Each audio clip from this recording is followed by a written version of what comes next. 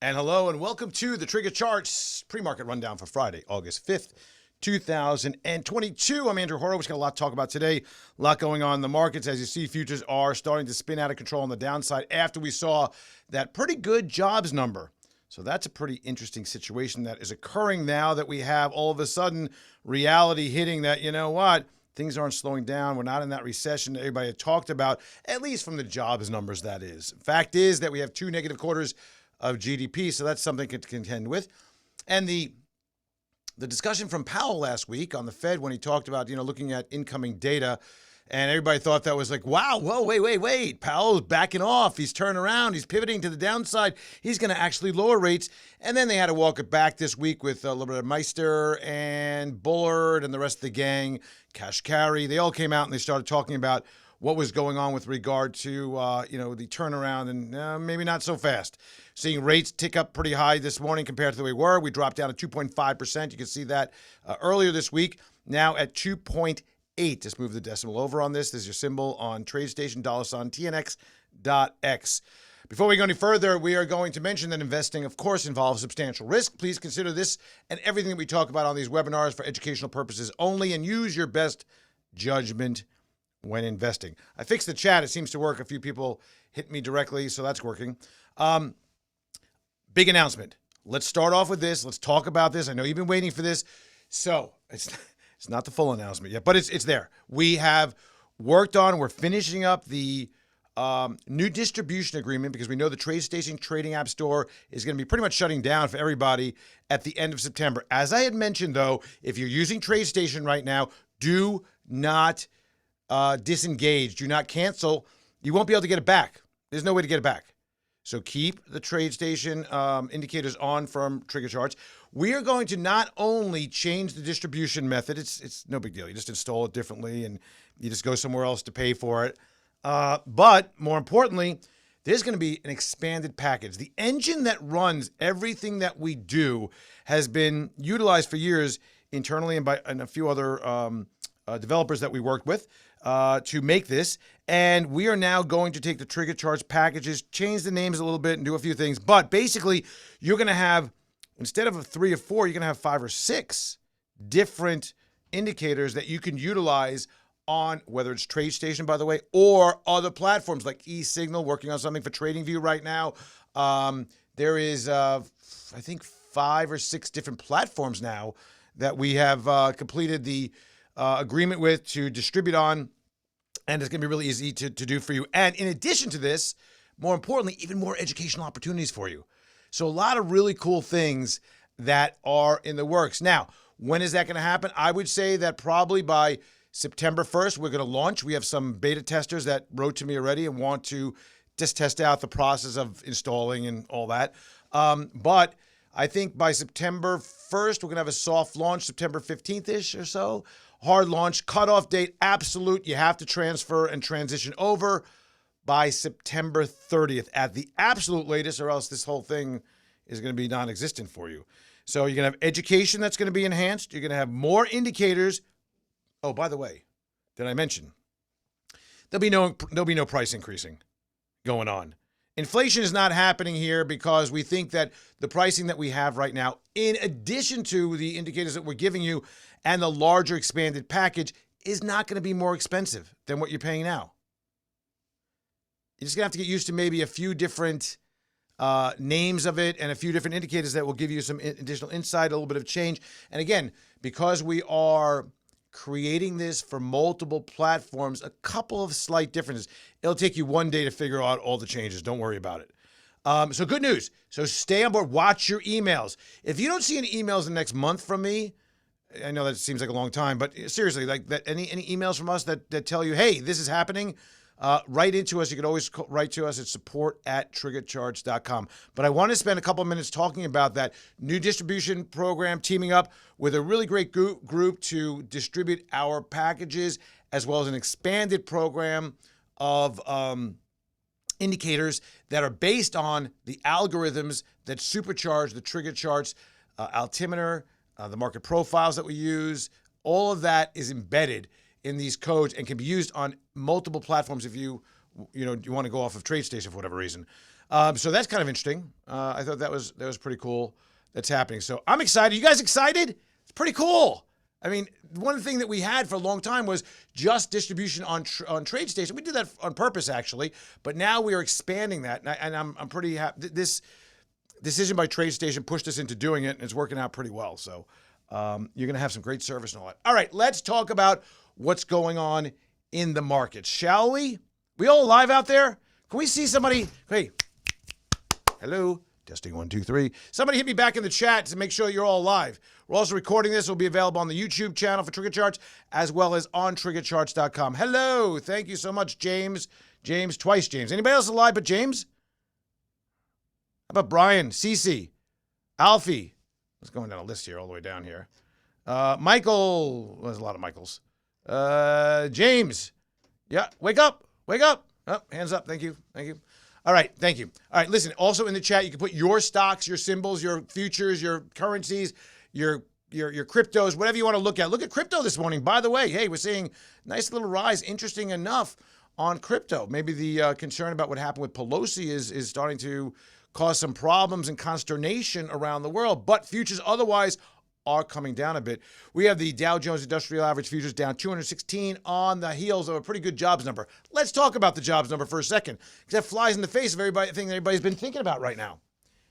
We saw 500,000 new ads on. We see the unemployment rate drop to 3.5%. Interesting. We saw that the hourly earnings, this is a big issue. Somebody's asking me, hey, what's going to be a problem for the markets? I said, hey, watch the hourly earnings. If that ticks up a lot and we see a good jobs number, big problems, because the Fed is going to continue to come in pretty strong. The dollar is jamming higher. Gold is going lower. Markets are going lower because we saw that the hourly earnings were +5. Now, many of you are saying to yourself, wait, Andrew. Isn't that all good news? We got a better than expected unemployment report. Yes. We see that unemployment ticked down to 3.5. Hey, pretty good. And we're seeing all this, but what does that mean? Well, that means that we have a stronger than expected economy. Now, put yourselves in the seat of the Fed, which said that we're trying to slow down the economy. So let me explain this a little bit differently and make sure you understand. You're driving down the road. 60 miles an hour is fine. Somehow it picks up and speed your car. It gets to 70. It gets to 80. It gets to 90. And you're like, hey, wait a second. This is getting too much. I could deal with 70 or 80 just a little bit over the top end, as inflation was some time ago, as the employment situation was some time ago, as hourly earnings were some time ago. Now it gets to 100 and you say, you know what? Whoa. I need to put the brakes on. You tap the brakes. You tap them. And you know, that tapping doesn't really do much. You push a little harder. What happens? The car starts slowing down. It goes from 100 down to 90. Okay, good news. You tap a little harder. You hold on that level. You push even a little bit harder. 80. You're at 80. You're still above 60. Still above where you want to be. But you're tapping. Now you're at 80. All of a sudden, you're driving, you got your foot down on the brake. You don't have anything on the gas. You have your foot down on the brake. You're at 80. All of a sudden, the car starts gaining speed again.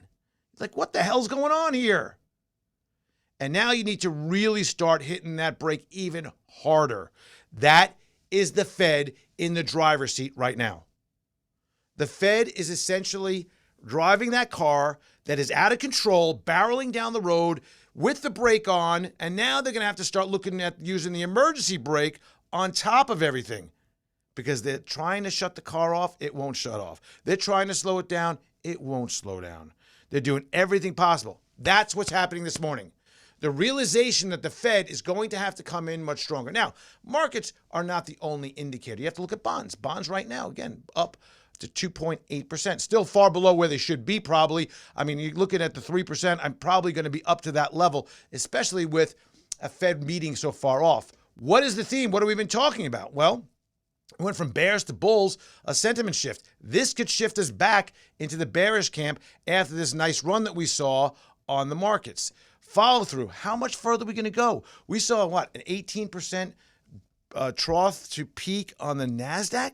We see a 10% return last month on the S&P, what, a 7% on the Dow Jones Industrial on the month last month. And that was because we saw such a horrible month in June. Something we call a reflectionary trade, right? Or a reversionary trade. Either way you want to look at it. Basically, It was too much. It was overdone. There was no question about that. Every indicator that you could see, anything that you want to pull out of your hat, any crap or good indicator showed oversold in June. So you know what? Momentum begot more momentum. And people were like, hey, I don't believe it, but wait a second. I didn't believe it last time either. Wow. Think about your own headset for right now. I want you to think about where we were. We were at just dire and just oh my God, stomach churning and twisting, intestine ripping out kind of pain back in June when everything was just dropping off a cliff. These stocks that were down 50% are now down another 30%. Then they're down another 20%. And oh my God, it's never going to get better and it's going to be horrible and all this goes on and everybody's getting crazy. And then the markets turn around and you're like, oh, I don't believe it, right? And then the markets start picking up. You're like, you know what? Maybe it's false. I'm not getting in more because I don't want to. Then it starts moving and moving and moving and moving. And what do you say? Emotionally, you say, oh my God, I don't want to miss this. What happened? How did you have that change? You're probably shaking your head. Yes. Oh yeah. And then you get frustrated because you didn't get on board. And all of a sudden you say, the hell with it. I'm on board. Happens every time. If you're using your indicators properly and looking at support and resistance zones, and you're taking, like, for example, the Qs, we did get above resistance and we got a buy on there. But really, the upside right now, there's a lot of about 324 was the upside. Closed yesterday at what? Where we closed? 324. Hello, right there, right? Next level is here at 330. And to get probably above these levels, we need to see another consolidation. We saw that we got above the levels that were substantial. We saw the KRI indicator, right? Look at this. We got multiple levels. We drew this line, this 417 line, in forever ago on the S&P 500. We got up close to it a few times, and now we're starting to roll back down where, again, rolled this at 406. We're at 409 today. So this is the range that we're looking at just from basic points. And this overbought situation, again, we could show this in several different ways. Let's look at also here. Let's look at, for example, the Spearman getting up to 90 again. We peaked out here at 280 on the McClellan. And this is the INX. This is the S&P 500. We saw these levels here, right? These bounce levels. This one, last one, we saw right there, 617. We saw that rounding down. Saw this rounding down here. These two bases on the bottom here. Again, these are just two indicators, but you can look at a lot of them. Combine that with like a KRI. And you can see that once we get to the top levels here, we start rolling down, right? Once we start getting these top levels, we think about rolling down. It's happened how many times now? So we could write those in as well, but above 90 or at 90 starts to be a concern at top level. Now, it could last that way for a while. Like right here, you got a little tabletop going on. Fact of the matter is we're in a jumpy market condition right now. And what we saw was this overbought, these clusters. Every time recently we saw these clusters in a downtrend, it was sold. Does that make sense? Not using your emotions, leaving them at the door and saying, hey, where am I going here? Let's take a look at the SPY. The SPY looks exactly the same. We got a buy signal right here at 397 on the daily, right? It came up. Now, where are we? In this kind of situation, where's your top end? When we can put several lines together, we can look just very simply look at this. Right about there, right in between those. 417 was the top end. Closed yesterday at where? 414, close enough. However, let's do something else. Let's put our study on. Let's look at our radar, right? This is the market profile, which is the strongest indication of where all of the numbers are. Look, this yellow right there. Let me move this line down. Right there, 415 and change. Again, you could look at where this level is, right there. It'll show you all these. Oh, I just messed that up. There, cancel. Just Control R, by the way, is a refresh. I'll bring it right back. You do something weird like this, move stuff around. I don't know why you do this. Control R will refresh it. Not these lines, not these manual lines that you put on, but the indicator will. All indicators will refresh. Listen, we're seeing a nice run here from the bottom. You saw this hole right here, right? This magical hole. Let's take a look here. Right here. A lot of resistance right here, little hole right here, but we did clear this right here. Now, where are we getting into? Getting into top round resistance. This area right here, not much, but you have to get above that, right? Big yellow line right here. This yellow line is a high volume node inside of the granular it's a granulated view of the total market profile that we have, right? Very important. If you're seeing where this is and you're looking, you're wondering, okay, first we have one letter here, we have a P here, right? We have a little b here. Interesting. Resistance. Once you clear the resistance, you get into this resistance in this area. Here we have a big, let me move this around. We have a big B. See that? These letters that form, we have a D. That's about it. A couple others, but that's it. D, big B, or capital B, capital P, little b. Or an upside down P if you want to look at it that way. But basically, where you have all your resistance and all your volume here, nothing above, and it can move. Here you have all this volume here, nothing below, it can move. And then we have all this top end resistance, all the market profiles right there, pretty much where we are.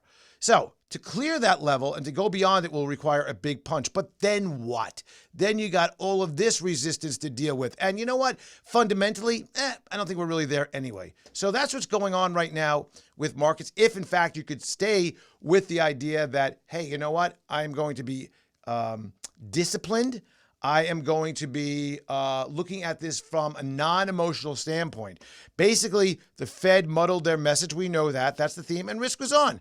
Now, things are going to be clearer when we have the message being reversed and walked back just the last few days since Fed Chair Powell discussed it last Wednesday. All of a sudden, there's a reality that, Kashkari comes out on a Friday. Then we have Meister, we have Bullard, and we have everybody's walking the same talk, saying, you know what? We're going to stay vigilant. All right, earnings. We had some great news in tech. We saw the tech do a lot better than expected, better than feared. Tech has been leading the market on the upside. Things are great. Again, creating this FOMO. We talked about this, especially for the NASDAQ names. The names that you know what? Maybe Roblox isn't so bad after all. Maybe we're seeing this fintech not so bad after all. Okay. You know what? Remember, let's not look at where stocks necessarily came from entirely. Let's look at some projections where they're going to as well. Where do they have the opportunities? Now, was this a false breakout? Everybody wants to know. A lot of people want to believe. What we saw over the last couple of weeks was a false breakout. It wasn't real. It's not going to last. One of these will last, okay? One of these are going to be those short covering squeezes that actually leads to the next rally. The question is, what's behind all of it? When we have a situation where we're seeing stocks up 200 to 400, 600% in a day, and we're seeing the meme stocks moving again, where we're seeing just the worst fundamentally based stocks moving the most, you have to question, where is the end of this going to be? What's happening with quality, which did in fact pick up? We saw Amazon, we saw Apple, we saw Google, we saw even Meta start to see a little, which is a little questionable, but start to see a little bit of some sunshine. As a matter of fact, Amazon, was up 35% or so from bottom to top recently. Apple, 164 range on, numbers that look good, but were questionable, and the concern about China that we're having, and chips and the supply chain and the slowdown. And all of this is now going into the decision as to whether or not this was, in fact, the breakout. Question is, what are the other drivers in all of this? If, in fact, you don't want to fight the Fed, rates are going to go higher.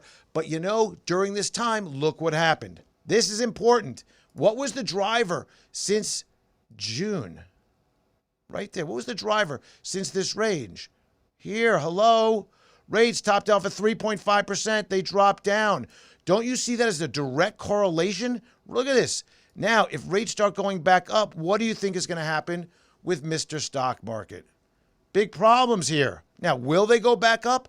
Well, if we enter into recessionary time, but right now, you just had the numbers that came out. You had earnings. Check. Not too bad, right? You have economy that came out. Hey, not too bad. You saw ISM numbers and manufacturing and service numbers. Not too bad. You saw inventories come down. You saw consumer confidence looking a little more interesting. You saw actually mortgage rates come down, more housing going to be bought. And then all of a sudden, the economy is going to get better, just to a tad maybe. But rates. The Fed is not only tapping on the brakes, they're pulling the emergency brake right now. Rates. When you have a 2.8%, when you have about a 2.25, 2.5, we'll call it 2.37 Fed funds rate, which is pretty much shortest on the curve, and you have a 10-year that was at 2.6, that's ridiculous. When they're talking the talk and moving it up, nobody believed them. But now, they're going to believe them. Look at the dollar moving up dramatically, right? So right now what we have is a situation where there are lessons to be learned.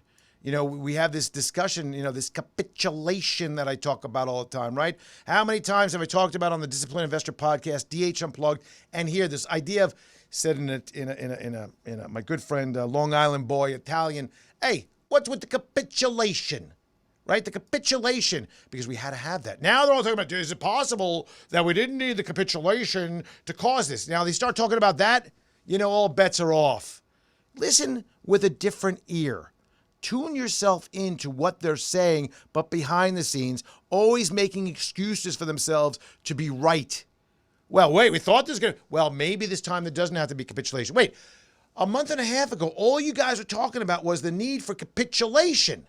We had to have this throwing up of stocks, people throwing in the towel, people just giving up and saying fed up. This big day down with a lot of volume, that doesn't necessarily have to happen. In my opinion, the stupidest thing I heard was every one of these talking heads, the penguins, the analysts, talking about capitulation. Didn't happen. Will it be another one? Maybe. But right now, if the fact is they all caved in and said we don't need it, I would bet you, frankly, go the other way. This week, a lot of questions I'm on AMTD and HKD. How ridiculous. AMTD. This stock, look at this stock here. Stock went from, I don't know, $1, $1.50, up to 12. But this one was the one that really caught a lot of people's attention, right? This one, they came out, they IPO'd right down here. What price? 20, 12? Somewhere here, closed at 20, closed at 27, 16. Went up to 2,500? Hello? Now, could you have gotten on that? Could you have gotten the short? I don't know. Truth of the matter is, yes. Did we call a long position here? The fact is you were long from 200, probably from down here, from 86 all the way to 1,200. You would have ridden it back up and down 50%. Now, what if you would have caught this and finally got in over here? This is not the kind of stock you want to play. It's something to watch in horror. Now, was it shortable? Could you short this because you knew it was going to come down for 2,500? Maybe, probably not. You have to have iron. You have to be strong-willed. Let's just say that. You have to be strong-willed if you wanted that. But crazy moves. Where was the play? I don't think there was much of a play there. I would not feel bad that you missed it. If you got on the long side, probably wouldn't have held it overnight. Made a few points. That's great. Fact of the matter is, those are the kind of aberrations in the market that lead you to believe, again, listening in on what is the market saying to you. Being a market whisperer, getting your ear down to the pavement, on the street, saying, what is it that I'm hearing right here? Is it the sound of horses that are traveling at a good speed forward and that will continue on this journey? Or is this just, bulls rampaging or buffaloes that are just hysterically moving in all sorts of directions, not knowing what to do, and eventually you're going to just get killed somewhere on the other end?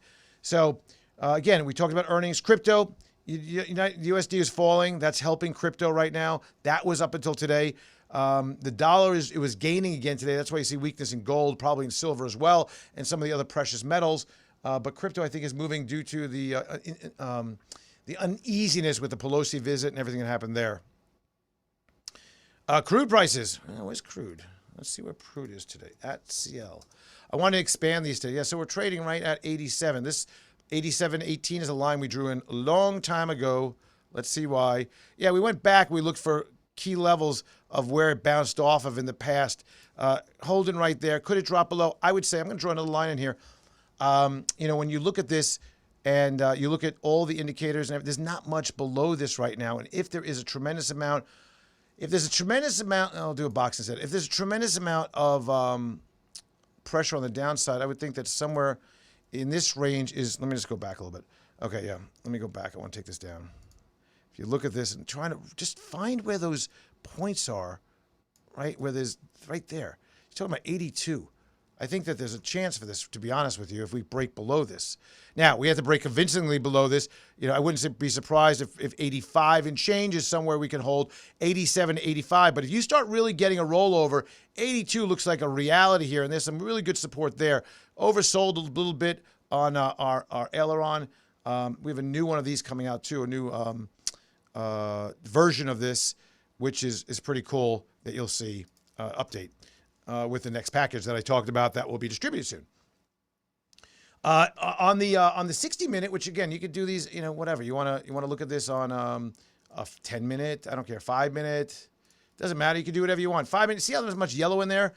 When I see a lot of yellow, I get nervous that this isn't a really good indication. So 60 minutes on this, 240 is really good too. You want to look at the 60 minute. There's some really good numbers. You could have shorted 97. Where do we get? Right here at 93. Went a little bit long, short, long. Didn't get a lot. There's a lot of yellow in this too, by the way. You would have been in and out a couple different times. No good. The short side was a better play. Obviously 92 down to 90. That's $2 there, $4 here, a few bucks here. This long one from 97. You got out at 99, $2. A lot of $2 trades in that 60-minute move. I mean, if you look at, for example, oh no, don't do that. I'll do this. 90. 9-minute gives you a little bit cleaner, but you have to deal with more risk. So, choose your,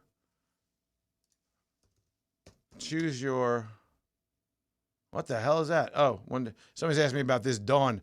Yeah, it took off pretty like a rocket ship yesterday. I'm not sure what they do. Daily day one pharmaceuticals. Look at that. Daily 6, 14, breaking out, up a little bit today. Yeah, it looks like, let's take this off. Sometimes I have to go back and forth. Yeah, who knows what this is. It's a breakout point here. You go above this 20 and a half. Yeah, you go above here. You got a nice ride to about 22, another 10% up. I would venture to say there's going to be a back and fill on this eventually, though. Let's look at a couple of different stocks I have in the meantime. Oh, something I mentioned to you many, many times was this, SIGA, right? SIGA. Watch this one. This is the monkeypox. I've talked to you 100 times since $10. Keep watching this. Look above the break at, earnings came out, wasn't very good, probably, or who cares what the earnings are right now. It's going to be the future earnings we're really concerned about. Look above $19.50 for this. That was kind of interesting. I want to show you this, a follow-up on this, CELH, off of a base. And actually, if you look down here, I really like this base that we saw down here. Couldn't get below that, 70.5. Initiation in the 77s, 78 to 80, 108. We trimmed this position for clients the last couple of days. Really nice move. But this consolidation, multiple 3 bottoms right here off of support, right? We draw that line across where we find levels of interest. We could draw it here that we broke out from. Again, right here, nothing above about 78. That was pretty interesting. Win, another interesting name, down a little bit today. Starting to break out here a little bit. Need to really get above 66. Right at that level right now, but we're backing off because everything is backing off this morning. Support, really good support about the 63.5. It starts breaking down. You got to be careful of that. GNRC, position we just closed out of a couple days ago before this big move down. Picked this up on the bottoms here, and I think it was about right over here, about when it started breaking higher. Closed out here 270 from about $220, $50 trade there. That was interesting. What else? Coin. I guess we got to coin. Coinbase Global down 2.5%. There was a news item yesterday about them coming out with Blackstone, working with them. If you're interested in edit, I brought this up so many times. I hope you looked at this stock trading down today. We trimmed some of that position for client portfolios, but this was just on a beautiful run, along with XBI, which is the XBI is the NASDAQ. Again, you could just start just going through these names. Look at this beautiful breakout right here. Stop pretty much dead right in between the important levels of resistance, but probably going to roll down a little bit with the rates coming up. But rates coming down low again. Look at the same thing. 615 rates bottomed and everything went right back up. Same thing with XLK. Look at this is tech. Look familiar? Rates bottomed, right back up, rolling over today. So a lot to be interested in. TAN is something I'd keep a watch on. This is the solar companies as gas prices and oil prices go up. Where are we? I'd love to see it break out above. You got a lot of,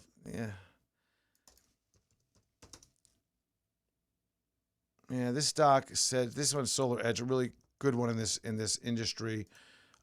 Broke down dramatically on earnings, held support at 293, currently trading 316, up a little bit today because oil doesn't make a lot of sense. Oil is dropping off, but there you go. All right, so stay tuned. We're going to have a lot more information on the expanded packages and new distribution program.